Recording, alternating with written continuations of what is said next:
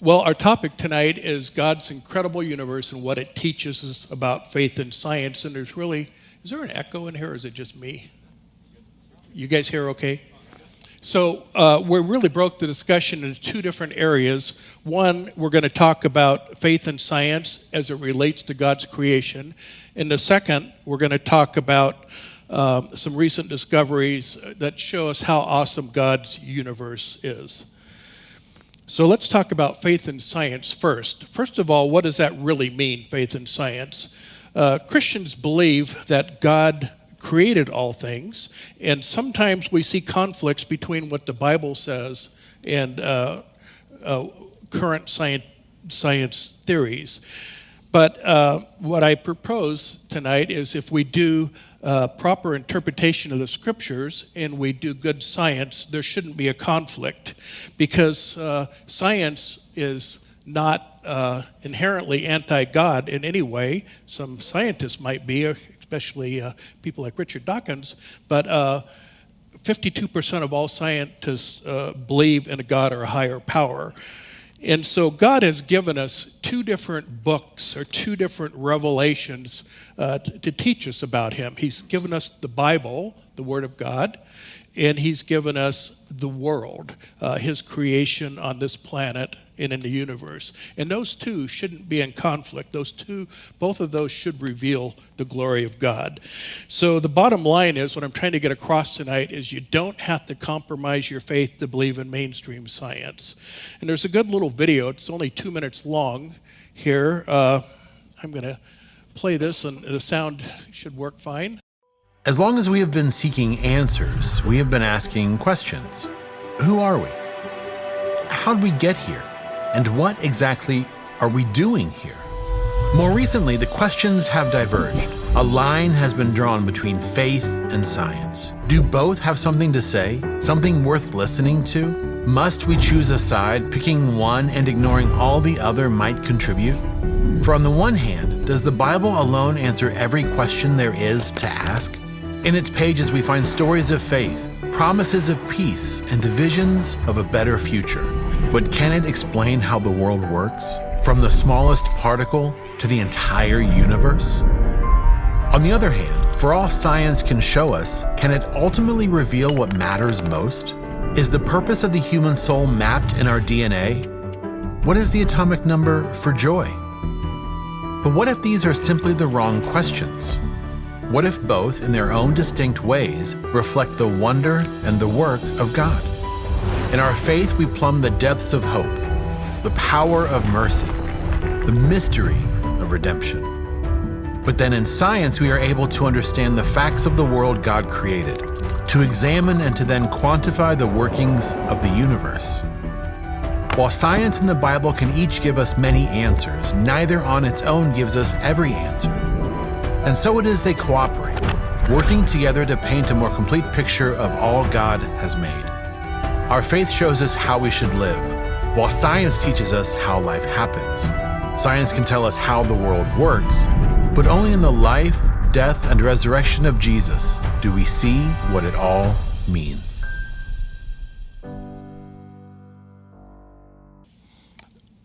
In the past, this is nothing new to you. You know these stories. There's been conflict between faith and science, especially the Catholic Church with Copernicus when he talked about a sun-centered solar system, heliocentric we call it. In 1543, they banned his writings. Galileo in 1633 was made to recant his views on a sun-centered solar system, and he was put under house arrest. But the Catholics did have a process for, if you could prove science, they did have a process for reinterpreting scriptures according to science. So they weren't opposed to science, but Galileo couldn't prove that, and so that's why they rejected his views. But it wasn't just the Catholic Church. Some of our Reformation leaders, Martin Luther, he spoke of the foolishness of the heliocentric notion and cited Joshua 10:13. That's where the sun stands still during the battle, and as effectively settling the matter. And even more strong words was from John Calvin, who said, see some that are so deranged, not only in religion, but in all things, they reveal their monstrous nature, that they will say that the sun does not move and that it is the earth that shifts and turns. When we see such minds, we must indeed confess that the devil possesses them. So science, the church and Christians have been on the wrong side of science in the past. And so what caused this conflict? I suggest that what caused this conflict was they were trying to extract science from the scriptures.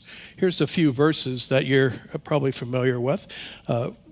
In Psalm 104, it says, "He sets the earth on its foundation, and it shall never be moved." In Samuel 2:8, the second half, it says, "For the pillars of the earth are the Lord's, and on them he sets the world." There's an ancient belief at the time that the earth was on 4 pillars or something. And then in Ecclesiastes, they talk about the sun rising, going across the sky, and hurrying around to do it again. So if we try to look at science in the Bible and try to extract it, we can get into trouble, because it's not just my thought about this. A lot of theologians say this. There's books written that the Bible was not meant to teach us science, but the Bible used the current science and thinking of the day to explain things to people. If they talked about the sun, the earth moving, rotating, and things, people wouldn't have understood that. So they used what people understood at that day to explain things, but it wasn't meant to teach us science. So where do Christians fall today on their views of creation? And there's a really good book. It's put out by Zondervan. It's called 4 Views: Creation, Evolution, and Intelligent Design. And I found after reading this book that it pretty much covers where probably most of you in this room are. You probably fit into one of these categories, or you might say, I'm a little bit here and a little bit here, or I'm here, but I'm thinking about moving to here. So, but you'll identify with these categories. The first one, and the people who wrote the sections are the main spokesman today. And that the first one is Ken Ham, Young Earth Creationism, and he's the main spokesman today. And he has a BS in applied science. He's the founder of the Answers in Genesis organization, and they're the ones that did the Creation Museum and the Ark Experience in Kentucky. So he wrote that section. The next section was written by Hugh Ross, and he's Old Earth Creationism, or sometimes we say Old Earth Progressive Creationism, because they believe life was created in a series of steps over hundreds of millions or billions of years, the Old Earth viewpoint. And he has a PhD in astrophysics, did postdoctoral work at Caltech, has written over 20 books. I've got one by him here, Why the Universe is the Way It Is, by him down here. And his most famous book was probably his first one in '82, Fingerprint of God. Has anyone ever read Fingerprint of God? See one hand there. And that was about the Big Bang. So he's a primary spokesman. He started Reasons to Believe, an organization in California. The next one is one you're probably not as familiar with. It's called evolutionary creation. The old term was theistic evolution. And this view is pretty widely accepted in other countries, but in the U.S. it's not nearly as popular. Evolutionary creation, the main spokesperson today actually is Francis Collins, who was the director of the NIH for 9 years. He just retired in December, and also head of the Human Genome Project. He started BioLogos, and Deborah Hermsma has a PhD from MIT in astronomy. She teaches at Calvin College. She's their their president now, and wrote that section of the book on evolutionary creation.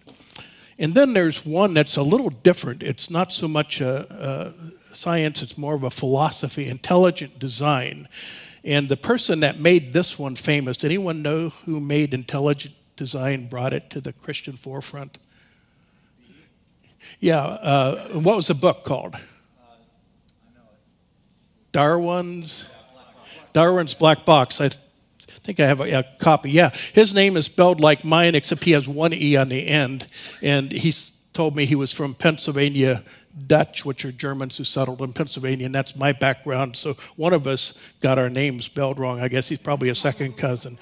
But he's a biochemistry at Lehigh University in Pennsylvania, and he wrote a book that's very popular. It's fun read about intelligent design.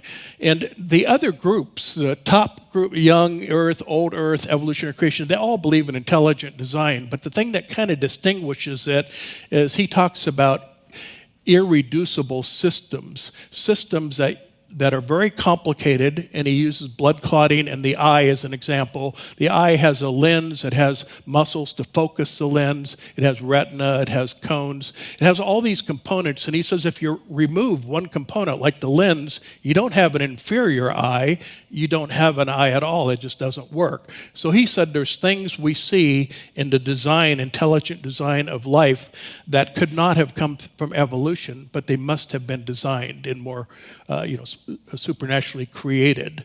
Now, Francis Collins, in his book, Language of God, talks about that and talks about how things like that could be evolved. So there's disagreement, and we don't know how God did it. So, but that's the unique thing on intelligent design is it's kind of it can be old Earth, it can be young Earth. They'll fit into either one. Stephen Myers happens to be old Earth because he was a geologist before he got his PhD in history and philosophy of science, and he's old Earth. But it could fit into any of those positions. But it is anti-evolution in the sense that they don't believe evolution between species, only maybe minor evolution within a species. So that's the intelligent design position. And they use it a lot to try to go to school boards and get it taught alongside of evolution. So they purposely keep intelligent design as a non-religious sort of position. But I want to say a little bit about the young and old Earth view, so you see the difference there. The young Earth view believes in a 24-hour day. They believe that everything was created in 7 days. They can follow the genealogy 6,000 years or whatever. There's no gaps in the genealogy. So the Earth was created and all life about 4,000 BC. Dinosaurs, man, everything were created in the beginning about 4,000 BC, or maybe a little earlier. Where the old Earth position is that these were not literal days. The Hebrew word yom, there's whole books written on that. Hugh Ross wrote one.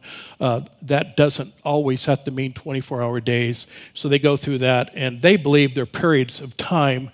And so you can reconcile modern science about an old Earth with Genesis. And things were progressively created by God over that time. So the view and how we interpret Genesis makes a big difference on where you fall. And one of our early church fathers, St. Augustine, he in the 4th and 5th century, he did a lot of writing on how to interpret the scriptures. He had a book, The Literal Meaning of Genesis, and in that, he argues that the 6 days of creation described in Genesis did not necessarily refer to literal 24-hour days, but rather a metaphorical framework for understanding the creative acts of God. So back to the 4th, 5th century, people were saying Genesis shouldn't necessarily be taken literally. And then something else about young and old Earth. Hunter gave me a paper, a reference to it, and on these handouts here, there's a QR code. You can download this paper. It's titled PCA Geologists on the Antiquity of the Earth. And there are 8 geologists who are all members of PCA churches like we are here at New Valley. And they got together and they wrote a paper basically showing a lot of evidence in the paper. It's a short paper, there's not a lot of evidence, but they show some pretty compelling arguments why the Earth is old. And then the conclusion they have, there's 3 things I extracted from the article that they said. One is, to our knowledge, there's not a single oil or mining company anywhere in the world that uses young Earth models to find or exploit reserves. Old Earth models work, young Earth models don't. They also said if the Earth is old and Christians insist that it's young, we risk becoming a tragic obstacle to faith to both those inside and outside the church. And their last kind of warning about young Earth was, you probably have children, many of you, some in college, some out of college, some going to college in the future maybe. If we tie our faith to young Earth and tie young Earth to Christianity, sometimes when kids get to college, they might develop different views, and they might reject Christianity along with their young Earth views. And so they're claiming, their prayer is that no Christian would be an obstacle in causing a kid to fall from their faith. And I mentioned before, I was working at ASU at the Campus Christian Center. I'm involved, and we've had these faith and science conferences. We do this because, and Templeton funded us about $300,000 over about 4 or 5 years because we see kids dropping out of their Christian faith in college because of what they're learning. So part of that is this. And so an example was kind of random. A year ago, I was having a blood test, and this young phlebotomist was in the lab there, and I mentioned I just got back from a conference, and I heard Francis Collins speaking how they developed the COVID vaccine in 3 days once they had the DNA signature of it. And he perked up and said, "Francis Collins, where did you hear him speak?" And I said, "Well, I was at the annual conference in San Diego for BioLogos." And he said, "BioLogos, I listen to them all the time, their podcast." He said, "When I went to college, I believed in young Earth, and I was taught different things and came to believe in an old Earth, so I totally abandoned my faith." He said, "I just gave up." And then he said, "I ran into BioLogos, and they're telling me that it's okay to believe in science and it doesn't conflict with my faith, and so now I'm returning back to Christ." So that was an unsolicited testimony from this kid. So I want to say just something about evolutionary creation because it is a new topic, and I'm not promoting this in any means because I'm not even there. I'm definitely old Earth. I was young Earth at one time, and we invited in 75 Dwayne Gish to come and speak and debate a professor, and I was dressed in a gorilla outfit handing out flyers on the mall at ASU promoting this debate. But I moved to kind of old Earth, but now I'm at least open to evolutionary creation because I see there's a lot of very bright people, a lot of Christians, people you'd be surprised to know. C.S. Lewis and N.T. Wright, a lot of people that would take this view. But evolutionary creation is a position, a Christian position, that takes the Bible seriously as the inspired and authoritative Word of God.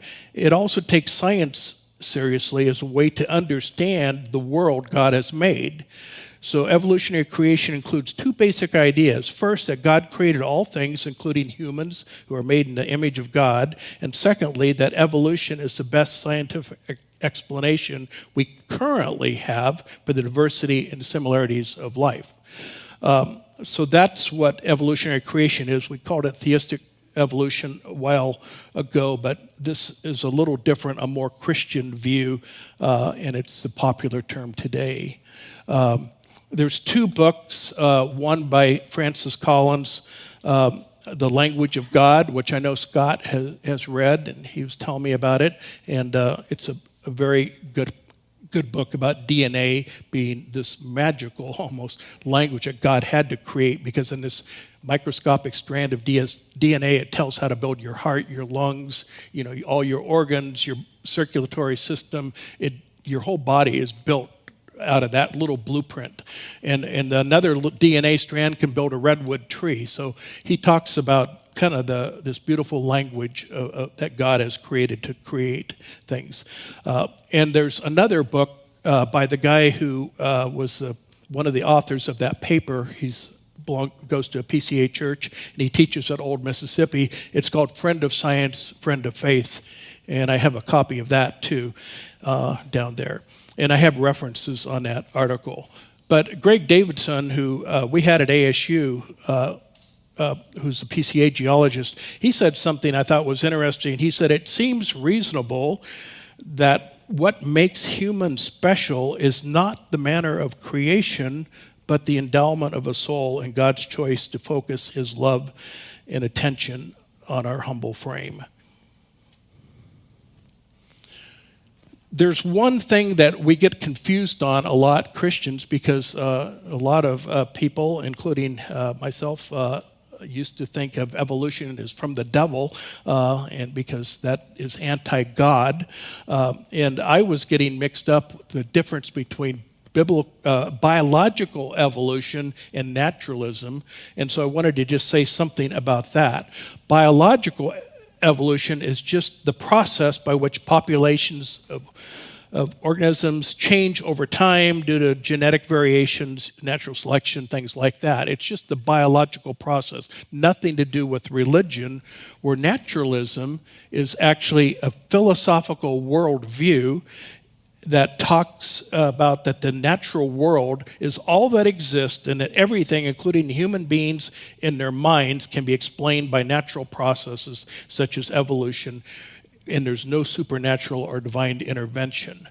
That's a worldview, a philosophical view. That's not backed up by science at all, but you will find an occasional evolutionist, such as Richard Dawkins, who will promote that along with the biological evolution. And that's the one we can say is from the devil. And, you know, when you say that everything about our mind, our brain, our soul, this is all from evolutionary processes, it's clearly not true. So there's an article that I have a QR code you can download that is from Timothy Keller called Creation, Evolution, and Christian Laypeople, and it's posted on the BioLogos website. And he says in this article that what current science tells us about evolution presents the following difficulties for Orthodox Christians or Orthodox Protestants. One, biblical authority. To account for evolution, Keller says, we must see at least Genesis 1 as non-literal, and I'll explain that in a minute. Then he said there's confusion between biology and philosophy, and that's what I just talked about. Some people, such as Richard Dawkins, go beyond biological evolution and teach a philosophical worldview that the natural world is all that exists, and everything, including the human being and their minds, can be explained by natural processes such as evolution. And then another thing that Orthodox Protestants struggle with is how can there be a historical Adam and Eve if there's other humans who evolved, or if it's an old Earth and not just 6,000 years ago. And he says in this article that evolution does not prevent an historical Adam and Eve. He looks at Genesis 1 and 2 and goes through the structure of it and talks about that. But this is what he says about Genesis 1 and 2, because they list in Genesis 1, the 7 days. And what's interesting is the sun isn't produced till day 4. So I don't know how on day 1, 2, and 3 you can have a literal 24-hour day with the sun, because it's not created till day 4. But there's answers that the young earth people have for that. But anyway, that's a problem. But he talks about the order in Genesis 1 and the order in Genesis 2. They're not the same. So he said you can't take them both as literal. And so in his paper, he says, you may read the order of events as literal in Genesis 2, but not in Genesis 1, or much, much more unlikely, you may read them as literal in 1, but not in 2.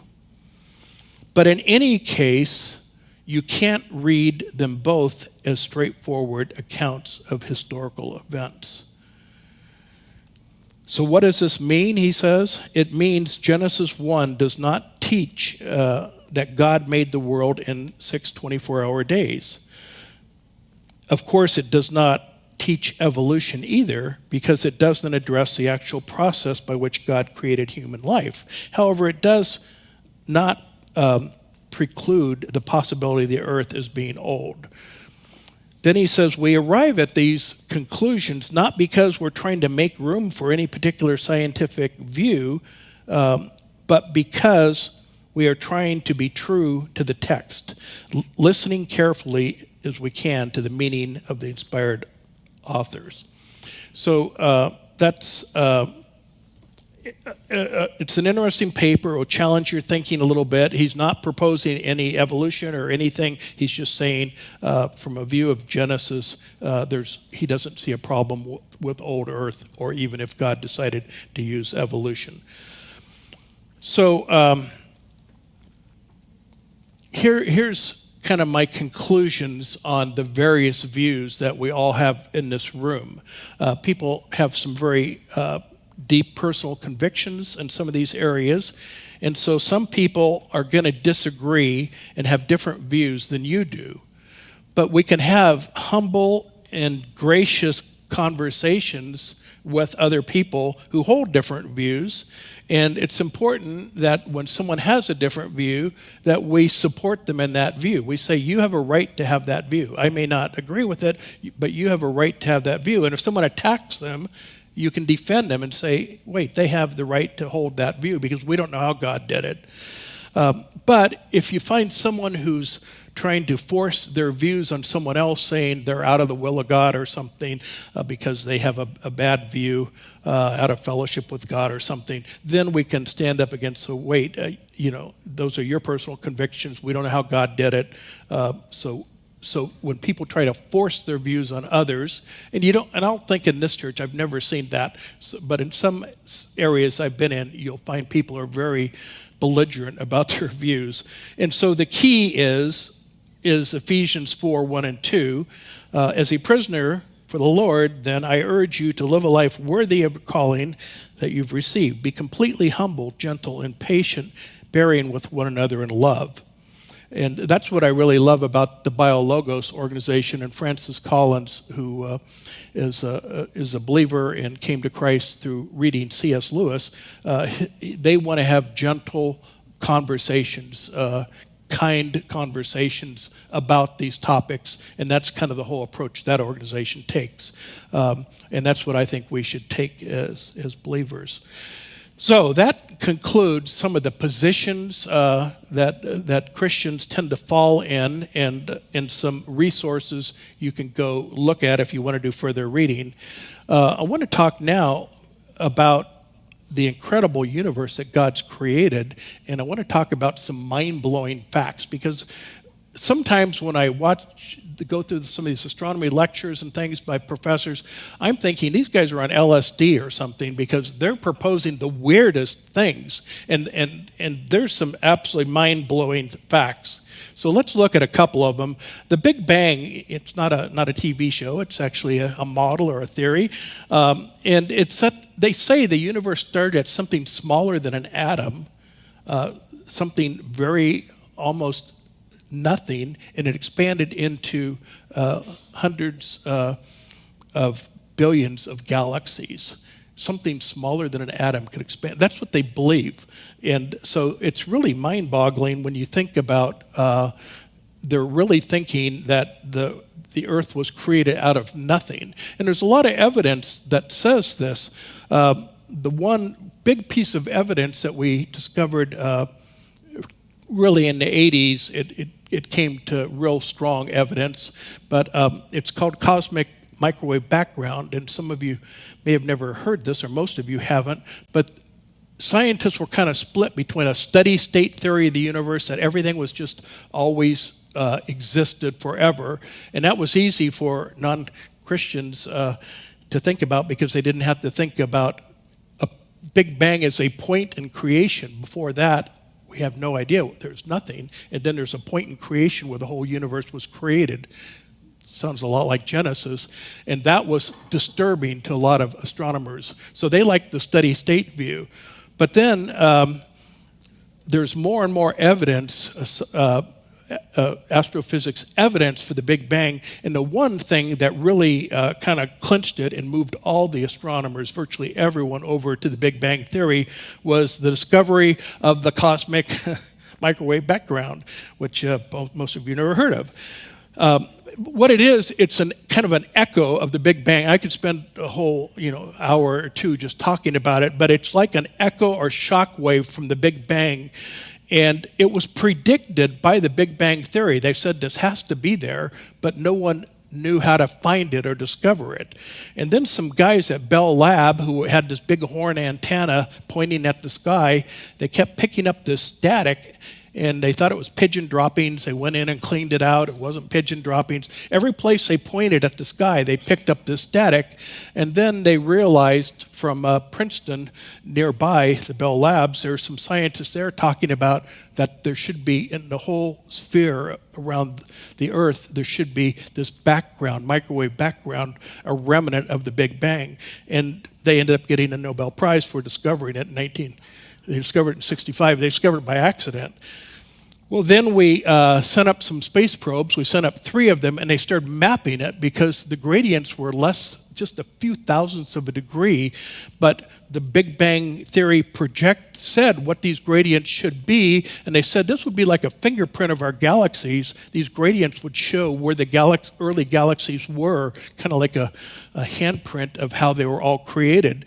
And the first COBE satellite had the one image here that's not very detailed, and then the second NASA satellite, more detail, and the Europeans and the ESA, European Space Agency, did one that was more fine print. But when George Smoot, a Berkeley astronomer, saw this first crude map, and he actually saw that at a press conference, he said, if you're religious, it's like seeing God. And he got into some trouble for that, saying that.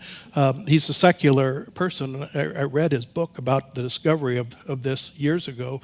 But this is really significant, even though it's hard for people to understand how significant it is. But George Smoot ended up getting, for mapping it, getting a Nobel Prize. Been 2 Nobel Prizes in physics awarded for this.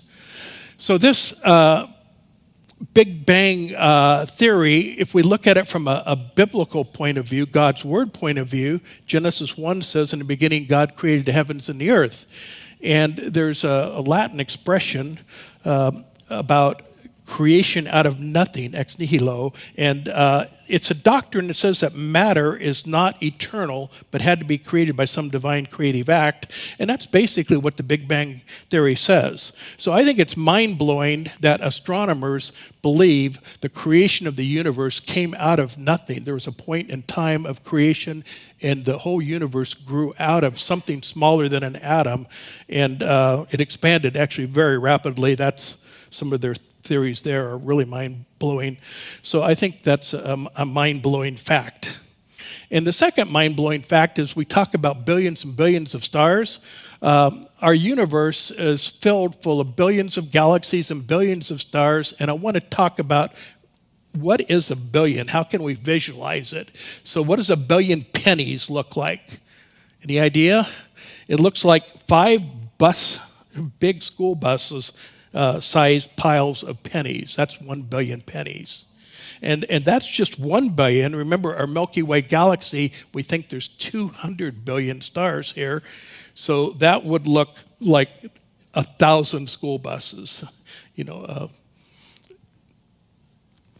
So 1 billion is a very big number. And how do we count all these stars? Do you think we sit there like this picture shows, the guy sitting there looking through his telescope, marking them off? Well, if he did that, the stack of paper would go to outer space to have just 1 billion stars.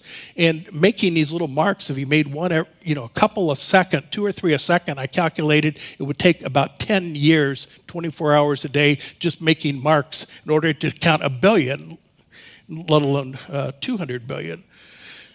So 1 billion is a very big number, but what's exciting about that is it shows us how awesome God is and how wonderful this universe is. The James Webb Telescope that I started working on 20 years ago with modifying our software to model something that big because it's size of a tennis court, the heat shields, they pointed that at a dark spot of sky where they thought there was no stars. They could see no stars from the Earth. And if you would take your hand and play like you're holding a grain of sand and hold it at arm's length against the sky and think about how small that little spot is, that's the spot they looked at. And when they looked at that spot, this is what they saw. They stared at a spot the size of a grain of sand at arm's length, and they saw not just 1,000 stars, they saw 1,000 galaxies. If you zoom in on that, you can see elliptical and spiral galaxies. So that's just a grain of sand. How many grains of sand could you, everywhere you look, in a grain of sand size, you'll see thousands of galaxies. And some of these galaxies are greatly redshifted, which we believe are over 13 billion light years away. They actually were created right at the beginning of the Big Bang that we're seeing, some of these red ones that you see here. There's been some newer pictures with we call proto-clusters that they've had that are just amazing. So it's amazing to think that we have one little spot in the sky could have thousands of galaxies, and we have billions of galaxies and billions of stars in each one. Now, another mind-blowing fact is how the elements are created. You know the periodic table, you've had that in chemistry or something. All these elements are actually created by stars. And the neat thing, when God talks about light, we can look at the light from stars and analyze it with a spectrograph sort of thing, and we see these black lines that show us what elements. So we can tell what elements are in the stars. And stars tend to follow two different pathways. Small stars like the sun will follow the top path, and large stars, about 8 times the size of the sun, will follow this bottom path, and they end up exploding into something called a supernova. And during the fusion of the star, when it's generating energy, and during the explosion, all the elements are created. So here's showing some of the levels of fusion. A star starts off with mostly helium or hydrogen, and it fuses under intense pressure. It's a nuclear fusion into helium. That turns into carbon. That turns into neon. That turns into oxygen. That turns into silicon. Silicon fuses into iron. And at that point, iron can't sustain fusion without extra energy. So this big pressure from this fusion inside the star that was balancing gravity, trying to crush the star with all the mass of the star, that hydrostatic balance, suddenly the star just collapses on itself and blows up into a supernova. And when it does, all the elements on the periodic table here are created. Some were created by the Big Bang in the beginning, like hydrogen and helium and a little bit of lithium, but most of them are exploding stars, stars colliding, black holes colliding, neutron stars colliding. So all the elements that we know on Earth and in our universe are actually created by stars through their life cycle. And I heard a story about 2 atoms that walked into a Starbucks, because we're talking about elements here. And one atom says, you know, I think I've lost an electron. And the other one says, are you sure? And he says, I'm positive. Okay. A little elemental humor. So it's mind-blowing to think that all the elements in the universe are created in stars. The next mind-blowing fact I want to talk about is neutron stars. And how many have even heard of a neutron star? I'm just curious. Okay, maybe a quarter. Neutron stars are, we said when the, going the wrong way. When a large mass star blows up in a supernova, it ends up the core as either a neutron star or a black hole, depending on how much mass is left. Here's a picture of a neutron star. Actually, they're so tiny, they're about the size typically of Phoenix, 12 miles in diameter. We can't see them with optical telescopes, but they put out a lot of X-ray energy, so the Chandra X-ray telescope in orbit took a picture of this one, this little white dot in the middle. We overlaid an optical image. So we see in the middle of these supernovas are the remnant core, and that's the neutron stars. And everything collapses down into protons, electrons collide, turn into a neutron, and it just compresses it down so there's no space left at all. It's very, very dense. And what I want to get to is, the point is, 1 teaspoon of a neutron star weighs about the same as Mount Everest. How do you even wrap your head around that? A teaspoon of this material weighs about the same as Mount Everest. We know the mass of these stars. We can see their effect on orbits of things. So, and it's about 1.4 times the mass of the sun is all condensed down to something the size of Phoenix. And even maybe more bizarre or as bizarre, these things can be rotating up to 600 times per second. 600 times per second, something the size of Phoenix, where 1 teaspoon of that material is as heavy as Mount Everest. So that's a pretty mind-blowing fact. But I've even got a more bizarre one here. Black holes. Black holes, you're quite familiar with movies and everything. They're so massive that anything that gets beyond what they call the event horizon, it will fall in and it can never escape. The escape velocity would have to be faster than the speed of light for it to get out. And so it captures everything. And we took a picture of a black hole. I'm going to show you that picture. This came out a year or two ago. We took radio telescopes because black holes put out a lot of radio energy in the radio spectrum. And we took these radio telescopes around the world and we kind of linked them together. So in essence, remember in Contact, they had that big radio telescope. Jodie Foster was there. That's been destroyed now by age and storms. But they took these, linked them all together, so an effective size, diameter of radio telescope was like 1/3 the size of the Earth. And that gave it tremendous resolution so they could see something that small, that far away. And this is the image that they took. And the black hole is actually in the middle, and the stuff around the outside is called an accretion disk. It's swirling material that's getting sucked into it, and it's emitting a lot of radio waves before they get sucked into it and can't be released. But that's actually a picture of a black hole. And this is the most mind-blowing fact here, is when black holes collide.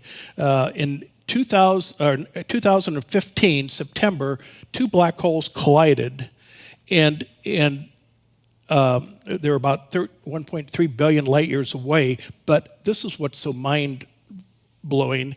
In 1/10 of a second, they released more energy than 1 trillion Milky Way galaxies. I don't even know how you visualize that. It caused gravity waves to go out through the whole universe, and we detected these 1.3 billion light years away, these gravity waves, which Einstein predicted 100 years ago. We built a mechanism to try to detect them, but we hadn't detected one yet. But this sensor, which gets stretched XYZ, and they had a way of pointing to where the gravity wave was coming from. This sensor picked it up. The same time, they looked with telescopes and they could see this bright flash. And so we saw it, and we saw the gravity wave, and those guys got a Nobel Prize too for proving Einstein right. But an astronomer, Joshua Wynn from Princeton, in a lecture that I listened to, he described these are truly stupendous events, and to me that's the understatement of the century. I don't know how you talk about something that is more energy than 1 trillion Milky Way galaxies. Now this was only for 1/10 of a second, and now there's actually something that will last continuously that's very bright. The brightest objects in the universe are called quasars. They're black holes in the center of a galaxy. They're sucking in material. It's swirling around, and it's ejecting this material along its rotation axis. And these things are so bright that we can't, they're they have a mass of 1,000,000 to 1,000,000,000 times the mass of the sun, so they're very massive black holes. But they're so bright that we can't even see the host galaxy they're in, and they can be as bright. Here, my little box on the bottom, I'll just jump to that. It's mind-blowing to think that they're brighter than 1,000 Milky Way galaxies. They're so bright, we used to think they were just a single star or some object. We didn't know what it was. We knew it put off a lot of radio waves. That's how we detected them with radio telescopes. Then we pointed an optical telescope and saw this bright little star there, but we didn't know what it was. But later we found out they're just so bright we couldn't see the galaxy that they're in because they're overshadowing it. So these are the brightest objects in our universe, and they're continuously emitting this energy 1,000 times brighter than all the 200 billion stars in the Milky Way galaxy. So that's, and now my last fact here. This is something that's top secret. I said I was a NASA Solar System Ambassador for JPL. They release special things to me before the public sees it. So I'm going to show you a picture that proves there's intelligent life on Mars. Did anyone see it? Okay, that's actually not there, but the little rover was. So no, we keep looking for life on exoplanets, planets going around other stars. We're starting to be able to analyze their atmospheres to see what elements are in there, and oxygen and things, and moisture. So we're trying to find life. We're trying to find it in our solar system. We've got some probes going out to moons around. I think I'm trying to. I forgot which moon it is. Europa is maybe one of them, Europa Clipper or something. But there's a couple moons we're going after because we think there could be life underneath in liquid that's under the surface. But here's my final conclusion here is Romans 1:20 is one of my favorite verses on the universe, is for every since the world was created, people have seen the earth and the sky. Though through everything God made, they can clearly see his invisible qualities, his eternal power and divine nature. So they have no excuse for not knowing God. I think the universe really does reveal an awesome God. When I was 10 years old or so with a telescope, I realized there must be a God just looking through my telescope. And I think God's creation, the world that he's created, along with his word, are two revelations that teach us about him. And I enjoy studying both of them and to learn more about who the Lord is. So we're done. I did have a handout there. There's some QR codes to download some papers. If you want to hear Greg Davidson's testimony, there's a QR code for that. He's a PCA geologist, and also his talk on the book that I have here, Friend of Science, Friend of Faith. There's also on page 4, has anyone ever listened to great courses or got...